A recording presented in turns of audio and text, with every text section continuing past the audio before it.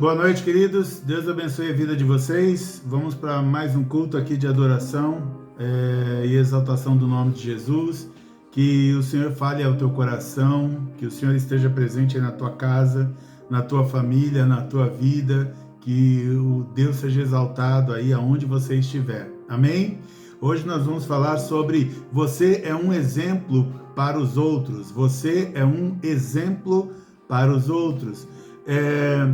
Há muitas coisas que acontecem na nossa vida, na minha vida e na sua vida, às vezes coisas boas, às vezes coisas não tão boas, e mesmo acontecendo as coisas boas ou não tão boas, nós temos que entender que a nossa vida ela serve de exemplo para os outros.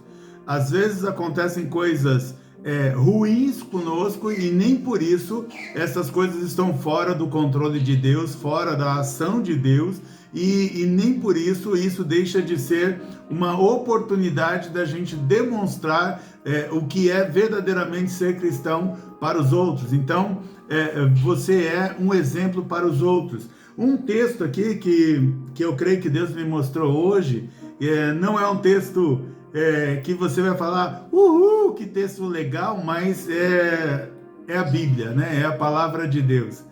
Ezequiel capítulo 24, a partir do verso 15, diz assim: a palavra do Senhor veio a mim dizendo: filho do homem, eis que com um só golpe tirarei aquela que é a delícia dos seus olhos. Você não deve lamentar, nem chorar, nem derramar lágrimas. Sofra em silêncio. Sofra em silêncio. Não faça lamentação pelos mortos. Prenda o seu turbante, ponha as suas sandálias nos pés, não cubra o bigode e não coma o pão que lhe mandarem.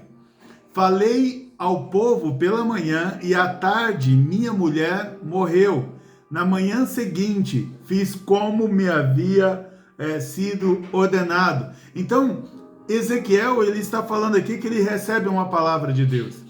E a palavra que ele recebeu de Deus não era a palavra que ele gostaria de receber.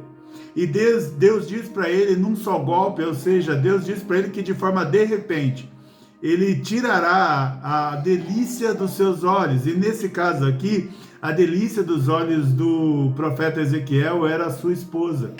E Deus, da mesma forma que falou que num só golpe tiraria, naquele mesmo dia Deus tirou a esposa. Acontece da gente perder pessoas que nós amamos. Acontece da gente perder pessoas que nós amamos. Mas aqui, neste caso, tem um detalhe muito intrigante. Porque Deus, ele fala para Ezequiel, para o profeta Ezequiel, que ele não deve se lamentar, nem chorar e nem derramar lágrimas. Como que se faz isso? Como que você perdendo aqui no caso dele a delícia dos olhos dele, é Deus falando isso, Deus sabia o quanto ele amava aquela pessoa, Deus sabia o quanto ele amava a esposa, e Deus num só golpe retira dos braços de Ezequiel a esposa que ele tinha. E Deus, quando pede para ele não chorar, pede algo para ele muito difícil de não fazer, que é não chorar, não lamentar, não demonstrar tristeza. Deus está falando para ele que não é nem para ele mudar a roupa, não é para ele colocar uma roupa de luto, e não é nem para ele comer das comidas que o pessoal dava lá, por causa do luto que ele estava sofrendo. As pessoas tinham costume ali de preparar alguma coisa e levar para a família do enlutado, mas Deus falou que nem isso era para fazer, não era para ele comer comida que reverenciasse os mortos. Então, ele diz que Ezequiel fala para o povo o que Deus acabou de falar para ele, e pela manhã, ou melhor, ele fala para o povo pela manhã daquilo que Deus falou para ele, e naquele dia, à tarde, a mulher dele morreu. E a Bíblia diz que na manhã seguinte, ele faz exatamente o que Deus tinha ordenado. O que Deus tinha ordenado? Ele não chorou, ele não se lamentou, ele não demonstrou tristeza, ele não mudou as suas vestes, ele não comeu nada do que enviaram para ele por causa da morte da esposa dele. Então, muitas vezes, o nosso sofrimento não é porque nós fizemos alguma coisa de errado, e sim porque outras pessoas fizeram coisas erradas. Aqui Deus ele vai usar a morte da esposa de Ezequiel como um exemplo para a nação de Israel. E o próprio Ezequiel vai se tornar um exemplo daquilo que Deus quer falar ao povo. Porque às vezes nós não falamos daquilo de coisas teóricas. Às vezes Deus vai nos usar com a nossa própria vida, com a nossa própria história. Deus vai nos usar para dar uma mensagem, para levar uma mensagem aos outros. Por exemplo, quando a gente fala de Jesus, qual é a mensagem de Jesus? A mensagem de Jesus ela foi escrita com o próprio sangue dele. A mensagem de Jesus é a mensagem da cruz, é a mensagem do sofrimento. A mensagem de Jesus é a mensagem do sacrifício. A mensagem de Jesus, para que ela se tornasse boas novas, ela se tornou antes 12 horas de tortura. Então, muitas vezes, Deus ele usa nós mesmos como exemplo. Assim como o próprio Jesus não só falou de alguém crucificado, mas o próprio Jesus, ele foi esse alguém crucificado.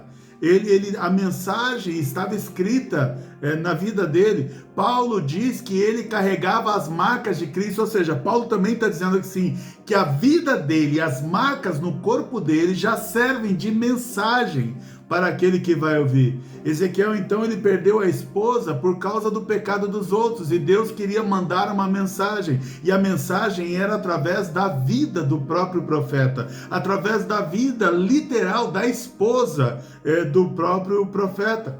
Eu me lembro aqui de Juízes 19, quando nós temos uma história de um homem lá que a concubina dele foge, ele vai atrás da concubina para buscar e ele quer voltar para a terra dele, mas quando ele vai voltar para a terra dele, não é o contexto, depois você lê Juízes de 19 até 21, mas ele então, quando está voltando com a esposa dele, no meio do caminho ele é atacado.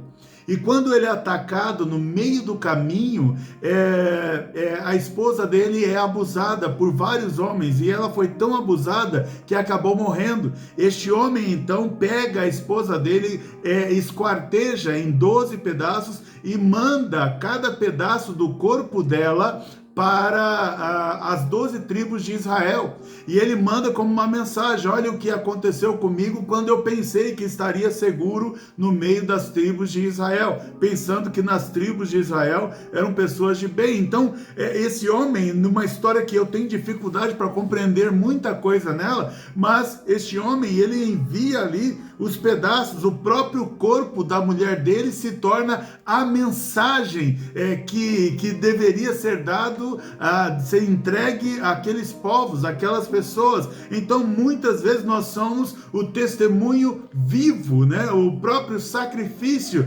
daquilo que Deus quer anunciar, e isso faz parte do nosso chamado, isso faz parte do teu chamado. Quando nós nos convertemos a Deus, não quer dizer que nenhum mal nos acontecerá, não. Enquanto nós estivermos nesse mundo, nós estamos sujeitos a perder pessoas, sujeitos a sofrer assaltos, sujeitos a doenças, a enfermidades, sujeitos a ataques malignos. Então, muitas vezes Deus permite isso, mas a nossa perseverança, a nossa continuidade, o nosso não se abalar e permanecer em Cristo, faz com que isso que nós sofremos, isso que nós passamos, isso que nós enfrentamos, isso se torne uma mensagem de esperança para aqueles que estão nos vendo.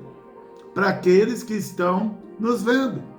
Então, nós vemos até em Juízes 19 que este homem ele sofre não porque ele fez algo de errado, ele perde também a esposa não porque ele fez algo de errado, mas por causa da maldade dos outros,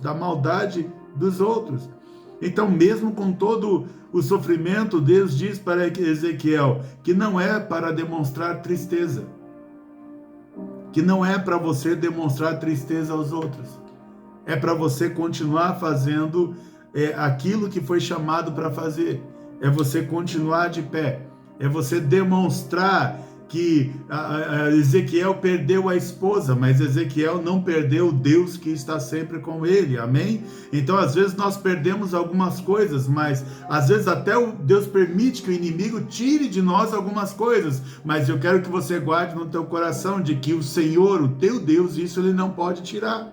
Amém? O Deus da tua vida, ele não pode ser roubado. O Deus da tua vida, ele não pode ser retirado. O Deus da tua vida, ele permanece habitando em você. E ele ainda usa esse período, ou essa fase de sofrimento na tua vida, como exemplo para outros. E você acaba, no meio dessa dor e no meio desse sofrimento, dando testemunho de que Deus é vivo, de que Deus é poderoso. Amém? Às vezes a nossa vida, ela vai ser usada como exemplo de que Deus está irado com o povo. Então a nossa vida é um exemplo às vezes de que Deus está irado com o povo. A vida de Ezequiel era um exemplo de que Deus estava irado não com Ezequiel, mas que Deus estava irado com o povo. Era uma mensagem viva, era uma mensagem literal, era uma mensagem vivida, não era só uma história contada. Ezequiel não está contando uma teoria, Ezequiel está contando uma experiência, ele está falando daquilo que ele viveu.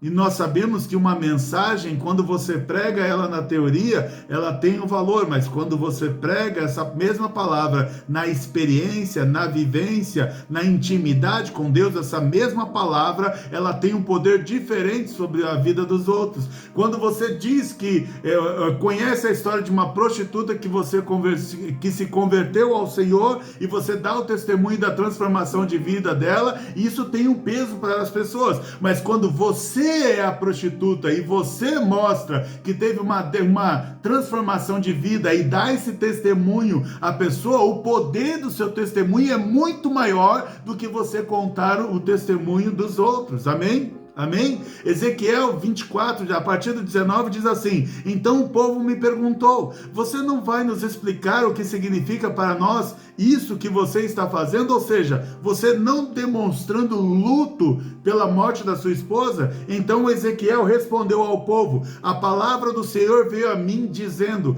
diga à casa de Israel, assim diz o Senhor Deus, eis que profanarei o meu santuário, do qual vocês tanto se orgulham, que é a delícia dos seus olhos e o desejo do seu coração. Os filhos e as filhas que vocês deixaram para trás cairão à espada. Então, o rei da Babilônia já está cercando o povo de Israel para levar o povo de Israel cativo, em castigo ao cativeiro, né, a Babilônia. E Deus está falando, usando a vida de Ezequiel, com a própria vida literal da esposa de Ezequiel, para dizer a eles, eu falo assim, olha, vocês estão olhando como Ezequiel tinha a esposa, que era a delícia dos olhos dele, ele está dizendo assim, olha, vocês olham para a igreja, vocês olham para o templo como a maravilha, como se vocês fossem as pessoas mais especiais do mundo, e por serem as pessoas mais especiais do mundo, vocês podem fazer aquilo que quiserem. E aí Deus está falando, não vai ser assim, porque vocês foram contra a minha palavra, vocês me desobedeceram, vocês pecaram, vocês fizeram o que não deveriam ter feito, então por isso vocês estão sendo castigados. E aí Deus diz, aquilo que é o orgulho de vocês, eu vou retirar de vocês. E ele ainda conclui dizendo, ele fala, e os filhos e as filhas que vocês deixaram para trás cairão a espada. Então o Senhor está falando assim, olha, fala, ó, virá um castigo sobre vocês, e não é o inimigo que está fazendo um castigo sobre vocês, sou eu que estou provocando esse castigo. Então Ezequiel, ele serve de exemplo vivo para demonstrar ao povo de Israel de que eles estavam errados, que o castigo de Deus viria sobre eles. Então, quando o prazer dos nossos olhos deixa de ser Deus, então ele remove de nós esse prazer. Quando o prazer dos nossos olhos deixa de ser Deus, então ele remove de nós esse prazer. Quando o prazer de Deus, quando o prazer dos nossos olhos deixa de ser Deus, então ele remove de nós esse prazer. Vou repetir mais uma vez. Quando o prazer dos nossos olhos deixa de ser Deus, então ele remove de nós esse prazer.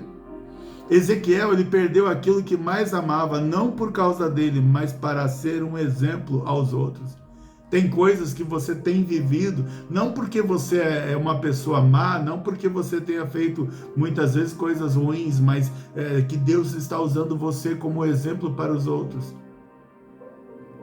Deus está usando a tua vida como exemplo para os outros.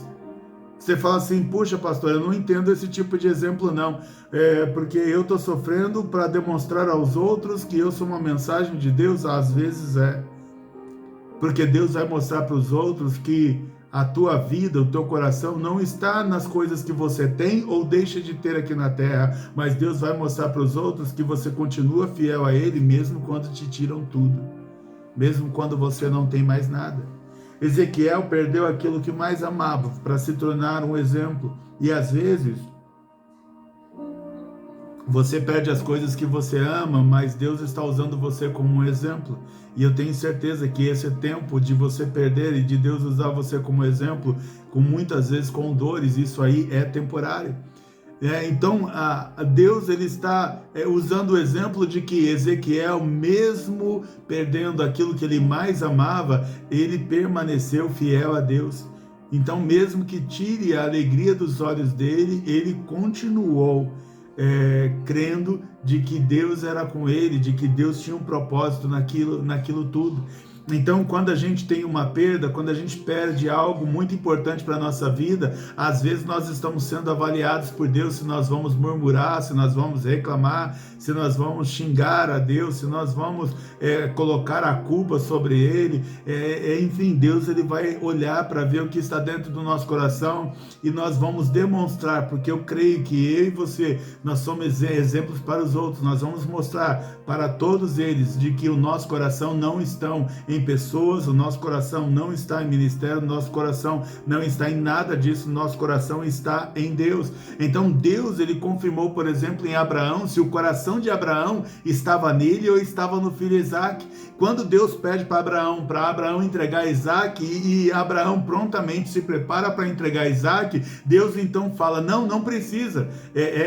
Como se, de novo, Abraão ele se tornou também um testemunho vivo, ele se tornou uma palavra viva, ele se tornou algo palpável, não era mais uma teoria. Deus ele estava provando para Deus na prática, na experiência dele, estava provando a Deus de que mesmo ele tendo esperado por mais de 25 anos receber a maior bênção da vida dele, que era ter o filho Isaac, ele estava disposto a devolver Isaac a Deus. Ele que estava disposto a devolver Isaac a Deus, porque o mais importante para Deus não era, para Abraão não era Isaac. O mais importante para Abraão, mesmo tendo Isaac nos braços, o mais importante para Abraão era ter Deus, era ter a presença de Deus na vida dele.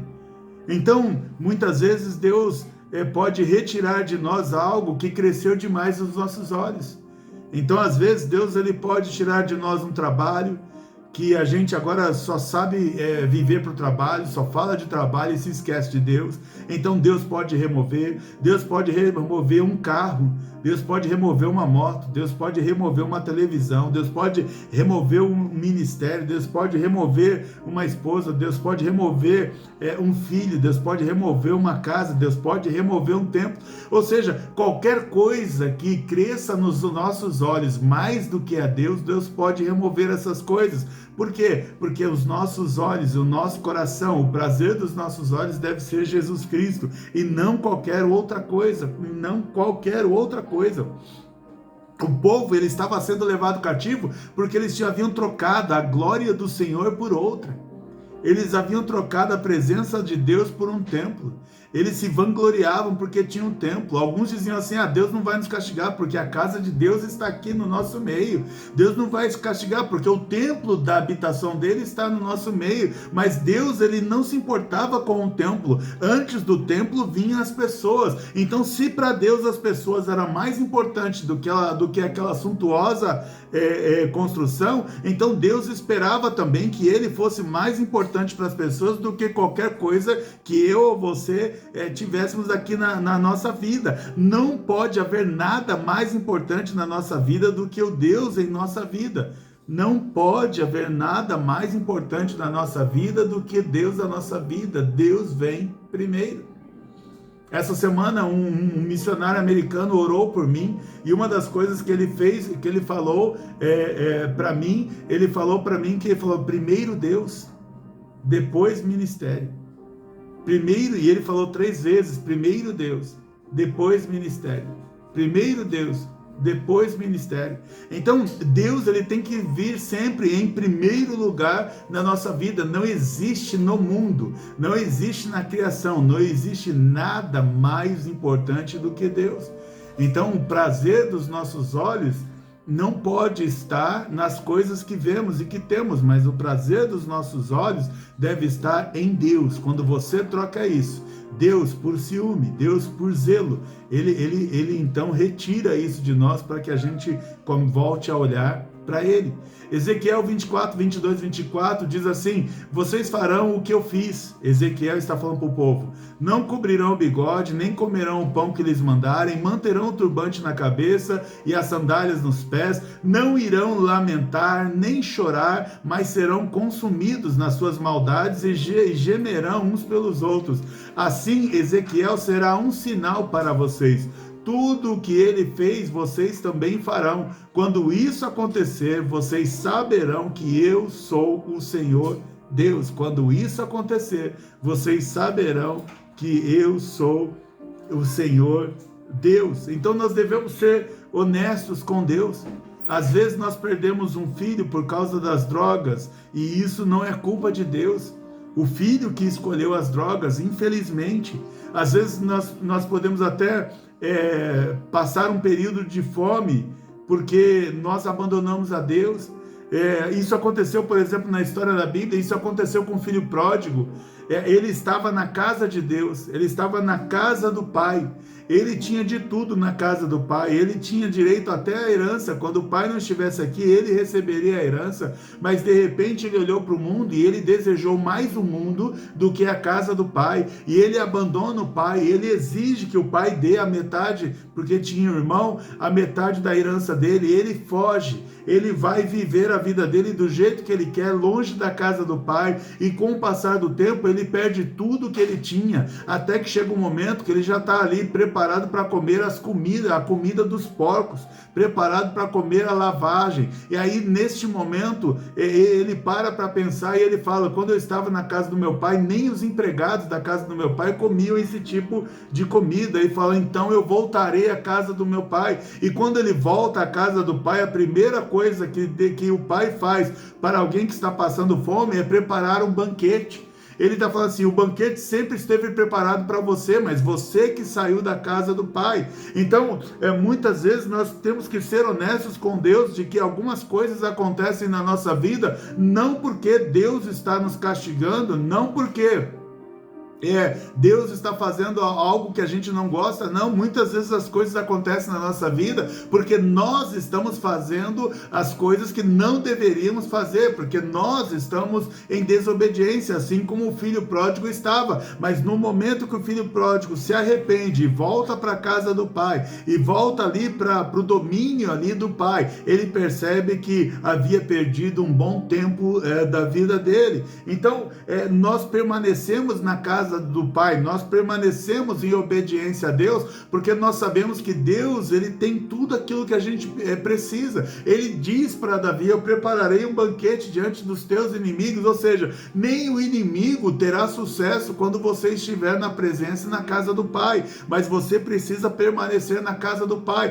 Você não pode sair da casa do pai sem ter um direcionamento claro, sem que Deus envie você e traga de volta. Você precisa ter a segurança do pai. Você não pode fazer aquilo que você quer, você tem que fazer aquilo que o pai manda você fazer. Então, por causa do pecado, por exemplo, de Adão, é que nós passamos muitas dificuldades, mesmo que eu não seja o culpado direto pelo pecado de Adão, mas a Bíblia diz que por causa de Adão nós sofremos o efeito deste pecado. Por causa da falha de Adão, nós sofremos o efeito dessa falha. Sabe quando você está no banco, você está ali só para pagar uma toma conta, de repente entram assaltantes que estão em pecado, porque estão roubando, e eles saem atirando em todo mundo, e você acaba numa bala perdida, perdendo alguém, ou você se ferindo. Não foi porque você fez algo errado, não foi porque você estava no lugar errado, mas é porque o pecado está no mundo, e essa paz, e essa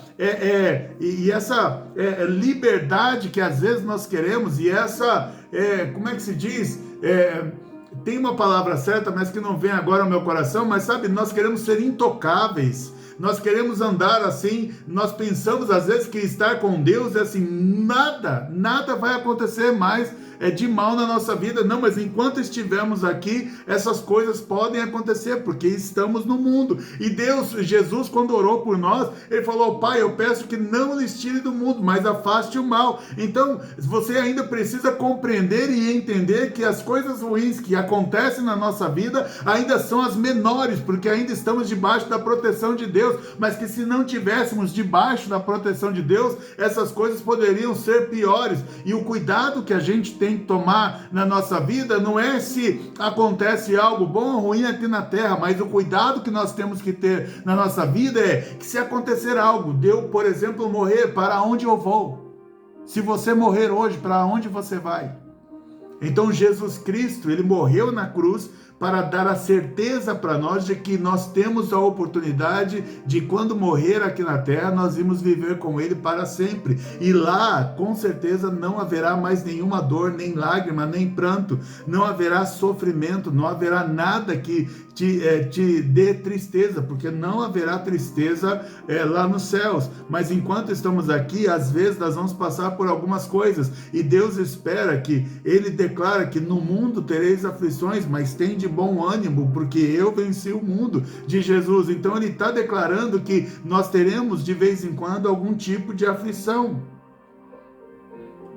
Mas a boa notícia é que ele diz assim que eu venci o mundo. Ele está dizendo assim: isso vai passar, essa fase vai passar, esse momento de sofrimento vai passar, essa luta que você está vivendo, você vai vencer, essa luta, essa batalha que tem contra você, você vai conseguir ter vitória sobre ela. É isso que ele está dizendo quando eu venci o mundo. Ele está dizendo: você também vai conseguir vencer, você ainda vai dar o teu grito de vitória, você ainda vai se alegrar, você ainda vai poder declarar com o coração aberto que você viu, que você viveu e que você venceu, em nome de Jesus. Amém, queridos? Glória a Deus por isso. Então, por causa de Adão, muitas vezes nós sofremos também. Ezequiel estava sendo um inocente exemplo para o povo, e às vezes nós somos um inocente exemplo para o povo. Eu estou me lembrando aqui de uma reportagem que eu vi, e que o menino, ele é um jovem, adolescente, havia matado um outro adolescente, e esse jovem, ele foi preso, e a mãe do adolescente que morreu foi até a delegacia, e ela foi na delegacia e ela falou para aquele rapaz que havia matado o filho dela. Ela disse assim: olha, o que você fez foi errado, o que você fez me machucou, o que você fez acabou com a minha vida, destruiu a minha vida, o que você fez me quebrou por inteiro, mas eu quero declarar aqui, não por mim, mas por causa de Jesus Cristo, que eu te perdoo. Eu lembro também em 1984, quando teve se eu não me engano foi 1984, teve uma revolução lá nos Estados Unidos. Se eu não me engano, foi também por causa de um jovem, de um homem negro que foi espancado pela polícia, chamado Rodney King.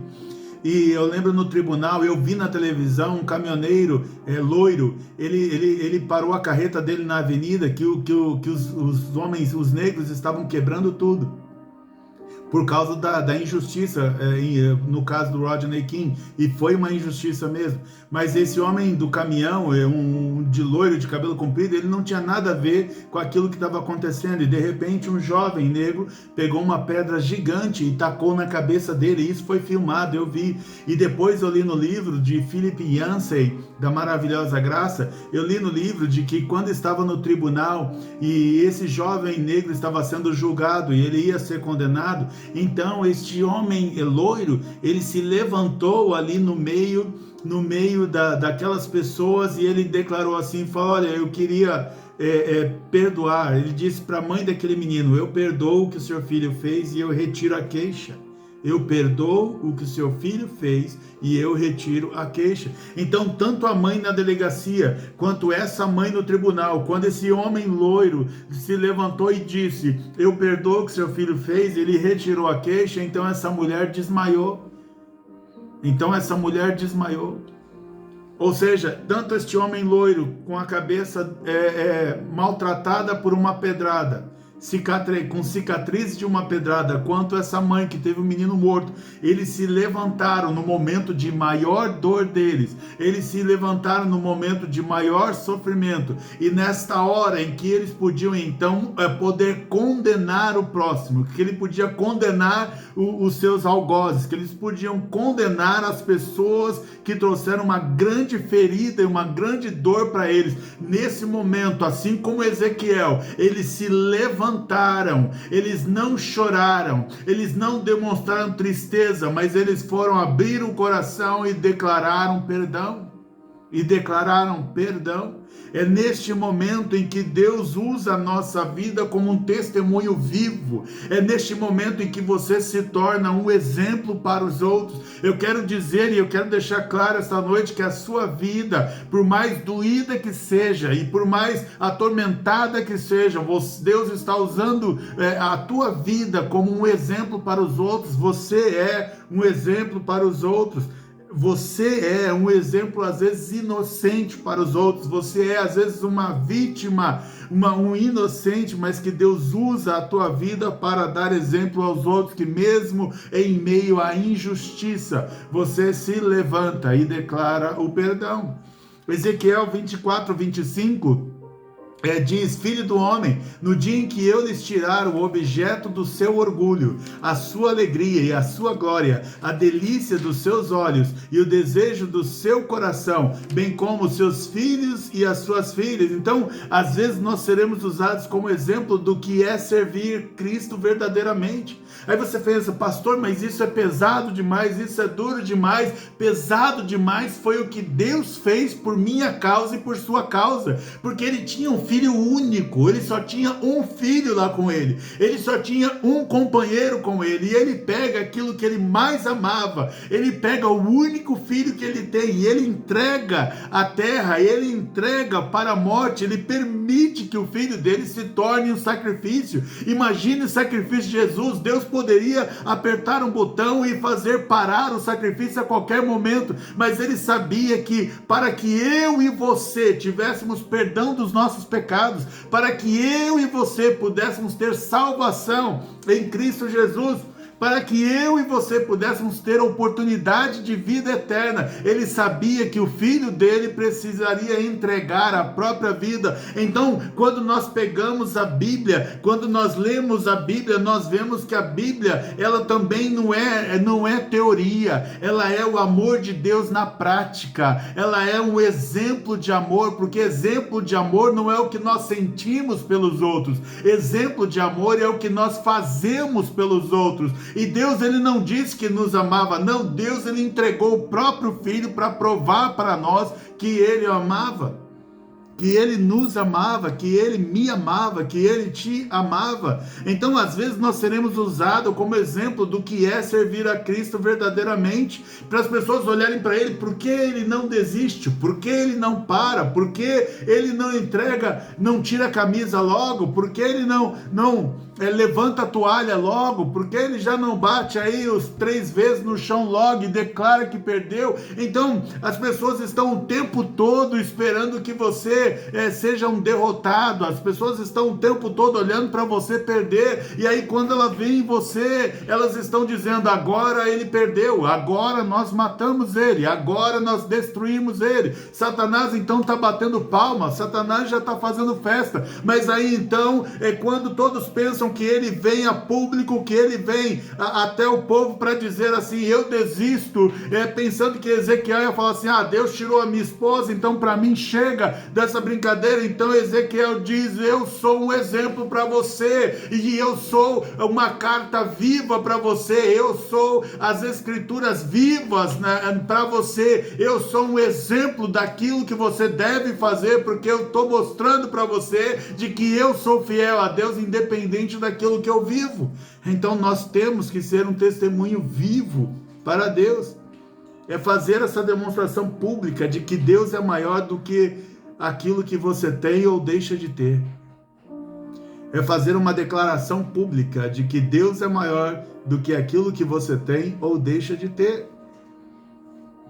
Jó, quando ele perdeu a empresa, quando ele perdeu os negócios dele, quando ele perdeu os rebanhos, quando ele perdeu os carros, os camelos dele, Jó disse, saí nu do ventre da minha mãe e nu partirei. O Senhor deu, o Senhor levou. Louvado seja o nome do Senhor. Ele está dizendo, ele é alguém que acabou de perder muita coisa. Ele está dizendo, o Senhor deu, o Senhor levou. Louvado seja o nome do Senhor. Satanás olhando para Jó, falando assim, agora ele vai desistir de Deus. Agora ele não vai aguentar essa dor, agora ele não vai aguentar esse sofrimento e ele vai desistir de Deus. Então Jó, ele vem e declara, o Senhor deu, o Senhor levou. Louvado seja o nome do Senhor. E Jó se torna um testemunho vivo. Jó se torna um exemplo vivo de que Deus era maior do que qualquer negócio que ele possuía. Paulo, quando foi chamado ao ministério, ele perdeu toda a sua glória. Ele tinha entre os fariseus, os líderes religiosos da época. Paulo perdeu toda a sua estima. Paulo perdeu o nome. Paulo perdeu a reputação. Paulo perdeu a autoridade no meio religioso. Paulo perdeu o cargo. Paulo perdeu a hierarquia que ele tinha. Paulo perdeu dinheiro. Paulo perdeu ali tudo que ele tinha no meio dos grandes, poderosos e religiosos da época, por causa de Jesus. E por isso Paulo se tornou um testemunho vivo. Por isso Paulo, ele carregava as marcas de Cristo. Por isso Paulo tinha várias pedradas no corpo. E mesmo assim ele se levantava e continuava pregando a Cristo. E quando acontecia algo terrível com Paulo, ele às vezes até se fingiu de morto, mas quando ele via que o perigo passava, ele levantava e ele voltava a falar de Cristo, porque ele era um testemunho vivo. Paulo era um exemplo para todos nós. Eles diziam, sede meus imitadores, assim como sou imitador de Cristo. É o mesmo que ele falasse, você olha para o meu exemplo, copie o meu exemplo, assim como eu tento ser um exemplo de Cristo para vocês. Então, você é um exemplo de Cristo para as outras pessoas. Você é um exemplo de Cristo para aqueles que estão ao seu redor. Amém? Amém? Paulo, ele diz assim em Atos 20, de 22 a 24, e agora, impelido pelo Espírito, vou para Jerusalém, não sabendo que ali vai me acontecer, exceto que o Espírito Santo, de cidade em cidade, me assegura que prisões e sofrimentos estão à minha espera. Prisões e sofrimentos estão à minha espera. Porém, em nada considero a vida preciosa para mim mesmo, desde que eu complete a minha carreira e o ministério que recebi do Senhor Jesus para testemunhar o evangelho da graça de Deus. Porém, em nada considero a minha vida preciosa para mim mesmo, desde que eu complete a minha carreira e o ministério que recebi do Senhor Jesus para testemunhar o evangelho da graça de Deus. Então, Paulo, depois de perder tudo, depois de perder respeito, mordomia, depois de perder a honra no meio dos poderosos, ele manteve a fidelidade ao ministério que ele foi chamado. Ele manteve a fidelidade ao ministério que ele foi chamado. Jó, quando Jó já tinha perdido tudo, e ele declarou ali que Deus tirou. Ele declarou ali que Deus deu e Deus tirou, louvado seja o nome do Senhor. Então, o inimigo falou, eu tirei todos os negócios dele, não adiantou, então eu vou fazer o seguinte, eu vou tocar nele, eu vou tirar a saúde dele. E quando Jó estava com o corpo todo ferido, com o corpo todo debilitado. A mulher dele diz para Jó, então sua mulher disse, você ainda mantém a sua integridade? Olha a condição, ela está dizendo para Jó o seguinte, Jó, olha a condição que você está. Você perdeu todos os negócios, você está falido, você está quebrado, você perdeu tudo que você investiu na sua vida inteira, você não tem mais recurso algum, você perdeu todos os seus filhos, você perdeu todos os seus funcionários, e agora, Jó, você está doente numa enfermidade no corpo inteiro, que não dá para você se deitar, não dá para você ficar em pé, não dá para você ficar sentado. Ela então diz para ele, você ainda mantém a sua integridade, amaldiçoa a Deus e morra. Ele respondeu, você fala como uma louca, mulher, aceitaremos o bem dado por Deus e não o mal? Em tudo isso, Jó não pecou com seus lábios. Eu vou repetir aqui, você fala como uma louca, mulher, aceitaremos o bem dado por Deus e não o mal? Em tudo isso, Jó não pecou com os seus lábios.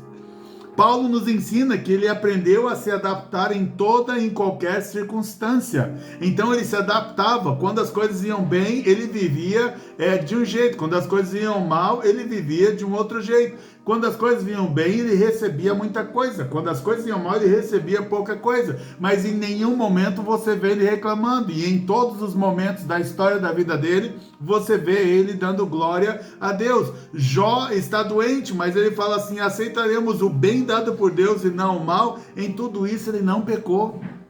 É você manter Deus em primeiro lugar. Você vê que pode tirar o que quiserem tirar de você. E as pessoas vão falar assim, por que ele não desiste? Porque elas não conseguem tirar Deus de você. Porque Deus usa você como um exemplo para os outros. Eles podem tentar roubar tudo que você tem, mas eles não conseguem tirar Deus da tua vida. Ezequiel 24 ainda diz para a gente assim, nesse dia um sobrevivente virá com você para lhe dar a notícia. Nesse dia, você poderá abrir a sua boca para falar com aquele sobrevivente. Você falará e não mais ficará mudo. Assim você será um sinal para eles, e eles saberão que eu sou o Senhor. Deus está falando para Ezequiel assim, Ezequiel, quando isso acontecer, Ezequiel está falando para o povo, olha, quando vocês forem levados cativos, Deus vai deixar uma pessoa fugir só para vir me trazer a notícia. E ele está dizendo, e quando esse fugitivo chegar, aí o Senhor está falando para Ezequiel, porque Ezequiel teve que se calar. Ele não podia reclamar, ele não podia chorar, ele não podia derramar lágrima, ele não podia falar nada do que tinha acontecido com a esposa dele, a não ser a mensagem de Deus. Então Deus falou assim, mas quando um sobrevivente voltar, você vai poder abrir a boca. É como Deus estivesse falando assim, não se preocupe em justificar nada a ninguém. Não se preocupe em explicar nada a ninguém. Você só tem que fazer o que eu estou mandando você fazer. O que eu, como diz o próprio texto para Ezequiel, o que eu ordeno. E Ezequiel diz que na manhã seguinte, ao falecimento da esposa dele, ele então fez tudo conforme Deus ordenou. Ele obedeceu a ordem de Deus. Ele não se preocupou com aquilo que os outros iam falar. Ele não se preocupou com os comentários dos outros. Ezequiel, então, quando ele recebe o fugitivo, Ezequiel, então, abre a boca e ele começa a falar quando cumpriu o tempo da profecia. Então, quando cumpre o tempo da nossa profecia, é o tempo em que nós vamos poder falar realmente aquilo que viemos para falar. É o tempo em que nós vamos declarar exatamente aquilo que temos que declarar. Então, no tempo certo, há um tempo certo para isso. No caso de Ezequiel, era quando um fugitivo voltasse. Esse era o sinal de que Deus abriria os lábios de Ezequiel. E aí ele poderia falar com autoridade para falar novamente dos caminhos de Deus. Ele teria autoridade de falar como alguém que não só leu a palavra de Deus, mas como alguém que viveu e se tornou a própria palavra de Deus com a sua própria vida. Ele se manteve calado e sem reclamar da perda que teve. sem demonstrar tristeza aparente aos outros, a não ser só no seu coração, sem receber consolo de ninguém, sem receber consolo de ninguém, sem receber consolo de ninguém. Mas eles confiaram no Senhor, eles confiaram em Deus, eles sabiam que naquela perda havia algo que Deus queria demonstrar aos outros como um testemunho vivo. Mateus 6, a Bíblia nos ensina que quando orar, faça em secreto. Quando jejuar, não demonstre tristeza. Há momentos importantes em que devemos demonstrar alegria naquilo que fizemos. Há momentos importantes em que devemos demonstrar alegria naquilo que fizemos, apesar de toda a dor e apesar de todo o sofrimento que estamos passando. Eu estive em uma conferência nessa semana que se passou. Na semana que se passou, eu estive 4 dias, das 10 da manhã às 10 da noite, em uma conferência. E eu ouvi uma missionária americana que trabalha em Moçambique, Heidi Baker, que ela chegou, fez a primeira ministração, e todo mundo nas ministrações dela são emocionantes, então você ri muito e chora muito com os testemunhos que ela dá. E quando ela estava na segunda ministração, a gente estava lá de novo, ela toda feliz, ministrando com alegria, e a gente ri e chora por causa dos testemunhos que ela dá, até que de repente ela fala que quando saiu de Moçambique para vir para o Brasil, ela havia perdido, até onde contaram, ela havia perdido 56 discípulos que foram degolados por terroristas lá em Moçambique. Estou apenas contando bem resumido por causa do tempo. Então ela perdeu 56 discípulos que foram degolados. O pastor que veio trazer a mensagem para ela, quando estava falando que tinha perdido tudo, família, um monte de coisa, um monte de gente, um monte de amigos, um monte de parentes degolados pelos inimigos, ele então caiu ao chão enquanto contava para ela, e ela já estava chorando. Esse pastor caiu ao chão, começou a rolar ao chão e dava gargalhada. E ela disse que ficou indignada por isso. Indignada, ela falou: Deus, mas não é tempo dele sorrir. Não é tempo dessa alegria, porque ele está rolando no chão e dando gargalhadas. E aí então o outro pastor veio e tentou continuar a história dele. E o pastor disse: olha, até a hora que ele conseguiu contar, haviam 56 corpos no chão. Mas quando chegou no número de 56, ele já estava tão abalado e tão emocionado que ele não conseguia mais contar. E quando esse pastor falou assim para ela, eles separaram a gente em 2 grupos. Isso em Moçambique, recentemente. Um grupo ficou na frente e eles colocaram um grupo sobrevivente para ficar olhando enquanto eles matavam os outros, para eles ficarem marcados com aquele sofrimento e com aquela dor. Então esse segundo pastor, quando começou a contar um pouco mais da história do que havia acontecido no outro vilarejo, ele então também caiu ao chão, começou a rolar e dar risada e dar gargalhadas no chão. E aí ela ficou ali indignada. Ela ficou indignada do porquê que eles estavam ali sorrindo, do porquê que eles estavam ali caídos. Então ela não entendeu, mas colocou a mão sobre eles e começou a falar: mais Senhor, mais Senhor. E aí quando ela falava mais Senhor, esses homens eles davam ainda mais gargalhadas. E Neemias 8, de 8 a 10 diz assim: eles iam lendo o livro da lei de Deus, claramente dando explicações de maneira que o povo entendesse o que se lia. Neemias, que era o governador, e Esdras, sacerdote e escriba, e os levitas que ensinavam o povo, disseram a todos: este dia é consagrado ao Senhor nosso Deus, por isso vocês não devem prantear nem chorar, porque todo o povo chorava ouvindo as palavras da lei. Então ele lhes disse: vão para casa, comam e bebam o que tiverem de melhor, e mandem porções aos que não têm nada preparado para si, porque este dia é consagrado ao nosso Senhor.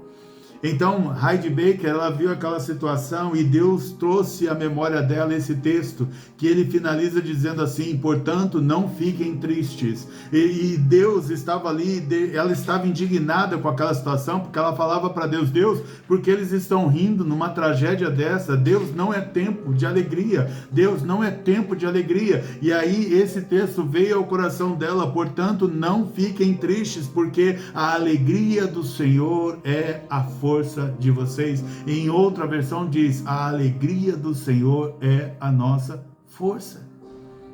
De novo, Deus, com esse terrível exemplo, Deus ele derramou alegria no coração daqueles pastores. Não era tempo de chorar, não era tempo de derramar lágrimas, não era tempo de plantear. Há um peso de glória sobre todas estas coisas. Há um peso de glória sobre todas estas coisas.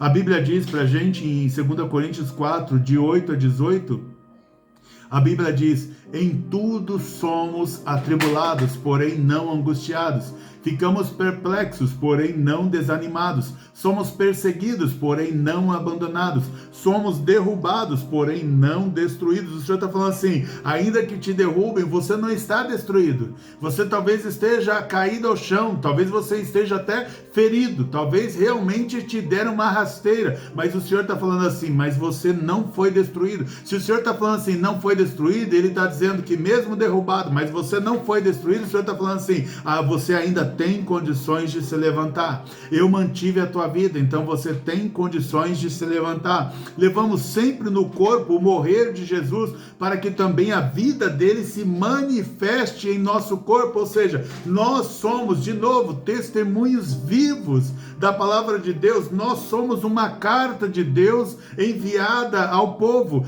O povo deve olhar para a gente e ver em nós as marcas de Cristo, ver em nós um testemunho real e ver em você um testemunho verdadeiro, porque nós que vivemos somos sempre entregues à morte por causa de Jesus, para que também a vida de Jesus se manifeste em nossa carne mortal, de modo que em nós opera a morte, em vocês a vida, sabendo que aquele que ressuscitou o Senhor Jesus também nos ressuscitará com Jesus e nos apresentará juntamente com vocês, porque tudo isso é para o bem de vocês, para que a graça, multiplicando-se, torne abundantes as ações de graça por meio de muitos, para a glória de Deus. Por isso não desanimamos, pelo contrário, mesmo que o nosso ser exterior se desgaste, o nosso ser interior se renova dia a dia, mesmo que pareça que a gente está sendo destruído, mesmo que pareça que a gente está sendo consumido, o Senhor está dizendo, mas o nosso interior, ele está se renovando a cada dia. Quando parece que você está ficando cada vez mais fraco, o Senhor está falando, não caia nessa, você está sendo enganado. Por dentro você está sendo cada vez mais fortalecido. Parece que você está a cada dia mais fraco, mas o Senhor está dizendo, não, você está cada dia ficando mais forte, porque a nossa leve e momentânea tribulação produz para nós um eterno peso de glória, acima de toda comparação, na medida em que não olhamos para as coisas que se veem, mas para as coisas que não se veem, porque as que se veem são temporais, mas as que não se veem são eternas. Então o Senhor está falando, eu tenho usado você como um exemplo vivo de fidelidade, como um exemplo vivo de fé, como exemplo vivo da minha manifestação, como exemplo vivo dos meus propósitos, como exemplo vivo do meu poder, como exemplo vivo da minha existência, como um exemplo vivo daquilo que eu faço e daquilo que eu decido, daquilo que eu tenho poder para realizar em qualquer hora, em qualquer momento, em qualquer tempo. Eu tenho sido um exemplo, e você também tem sido um exemplo de Deus, daquilo que nós chamamos do sacrifício vivo, do amor verdadeiro, porque o amor verdadeiro só se é demonstrado por aquilo que você faz e não por aquilo que você fala, e que assim, que Deus te dê sabedoria mais profunda ainda, nisso que nós ministramos nesse dia, e que a palavra do Senhor seja viva e eficaz na tua vida, e que você seja a própria palavra enviada por Deus aos necessitados, aqueles que passam fome, aqueles que precisam de socorro, aqueles que estão desesperados, aqueles que precisam de ajuda. Que você entenda isso: o seu sofrimento vai gerar vida, o seu sacrifício vai gerar vida, a salvação e a entrega de Jesus Cristo na cruz, a morte de Cristo trouxe vida, e quanto mais você pensa que está morrendo, mais vida você está trazendo ao coração dos outros, porque eles vão olhar para você e vão falar: esse é um exemplo verdadeiro para minha vida. Que Deus abençoe você com essa palavra, em nome de Jesus Cristo. Amém. Nós temos alguns pedidos que chegaram aqui mais urgentes para nós. O João Lucas, né, o filho da Laís, foi levado ao hospital agora, está com 40 de febre. Então, que Deus tenha misericórdia da vida do João Lucas, e que Deus traga a temperatura normal ao corpo dele e sare o corpo dele em nome de Jesus. Também da Ivana, que está na luta aí contra um câncer, que a graça do Senhor seja sobre a vida da Ivana e que traga também cura ao seu corpo em nome de Jesus. A Eliane, que também está com câncer, que a graça do Senhor esteja sobre a vida da Eliane, que traga cura sobre a sua vida em nome de Jesus. A Maria Tatiana pede pela família, vida espiritual, filha Sara, Isabela, Patrícia, saúde do Davi, família e vida espiritual. Pastor Paulo Rodrigues, meritíssimo Paulo Rodrigues, agradece pela melhora da saúde da esposa. Rafael, vida profissional, saúde do pai Domingos, que tem apresentado melhoras. Laura Carvalho, vida profissional, sentimental, financeira, do irmão Timóteo, também pede pelo Carlos Wagner e Iago, cura e libertação. A Nereide pede pela Larissa e saúde da mãe Lourdes, e também pelos amigos Luiz e Simone, que estão na luta contra o câncer, e também por um imóvel, venda de um imóvel. Gemima pede pela vida espiritual dos filhos, Danúbia, Diego e Daniel. Maiane, vida espiritual e pai, Genivaldo, Marta, e pela família. Ailton e Luana, vida espiritual. Sandra Nascimento, consolo família do Kaique, cura dos vícios da Thaísa, saúde e livramento para a família. Tássia, Luana, Maia, Malu, Roberto e Helena. Laís, saúde e salvação do pai e salvação dos irmãos. Consolo da Camila e Ana Rosa, para vencer depressão. Priscila, Renata Pimentel, que está na luta com câncer. Leila, vida profissional, espiritual e saúde. Aline, vida profissional, espiritual e saúde. Adina Crisonete, vida espiritual. Natália Hernandes, vida espiritual e profissional. Washington, vida espiritual, profissional e liberação de aposentadoria. Tainã, se firmar no Senhor. Mateus, vencer depressão. Sandra, pelo filho Daniel, pelos pastores Cleide e Walter e filhas Tamires, bispos, Joaquim e Glória, e pela filha Kelly. Anne, professora Sabrina, que está com câncer. Rubens, família e vida espiritual. Gabi, gestação, e pelo Vitor. Edilene, pela saúde. Jucineide e Ronaldo, família e vida espiritual. Miriam, vida espiritual e profissional. Anara, vida espiritual e libertação. Virgínia, Vladimir, Ana Clara, saúde e vida espiritual, e pela Jandira. Guilherme e Adrian, vida espiritual. Laís Nunes, Ruth, vida espiritual. Priscila, Dario e filhos. Anne e Miguel. Mike, Paulo César e Bebê, que está internado. Éder, Marcela, Gabriel, Isaac, Levi, vida espiritual.